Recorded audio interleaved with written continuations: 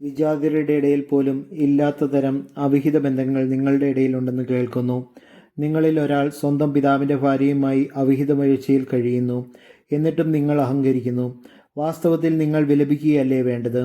ഇങ്ങനെ പ്രവർത്തിച്ചവനെ നിങ്ങളിൽ നിന്ന് നീക്കിക്കളയുവിൻ. ശാരീരികമായിട്ടല്ലെങ്കിലും ആത്മീയമായി ഞാൻ അവിടെ സന്നിഹിതനായി. ഈ പ്രവൃത്തി ചെയ്തവനെ നമ്മുടെ കർത്താവായ യേശുവിൻ്റെ നാമത്തിൽ വിധിച്ചു കഴിഞ്ഞു. നമ്മുടെ കർത്താവായ യേശുവിൻ്റെ നാമത്തിലും എൻ്റെ ആത്മീയ സാന്നിധ്യത്തിലും നിങ്ങൾ ഒരുമിച്ച് കൂടുമ്പോൾ നമ്മുടെ കർത്താവായ യേശുവിൻ്റെ അധികാരം ഉപയോഗിച്ച് ആ മനുഷ്യൻ്റെ അവൻ്റെ അധമ വികാരങ്ങൾ ഇല്ലായ്മ ചെയ്യേണ്ടതിന് പിശാചിനെ ഏൽപ്പിച്ചു കൊടുക്കണം.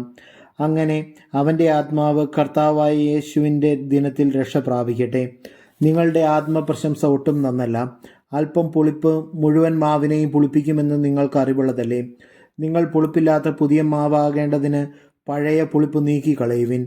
നിങ്ങൾ പുളിപ്പില്ലാത്തവരായിരിക്കേണ്ടവരാണല്ലോ. എന്തെന്നാൽ നമ്മുടെ പെസഹ കുഞ്ഞാടായ ക്രിസ്തു ബലി അർപ്പിക്കപ്പെട്ടിരിക്കുന്നു.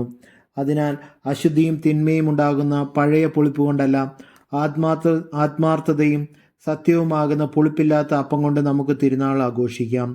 വ്യഭിചാരികളുമായി സമ്പർക്കം വരുതെന്ന് മറ്റൊരു ലേഖനത്തിൽ ഞാൻ എഴുതിയിരുന്നല്ലോ.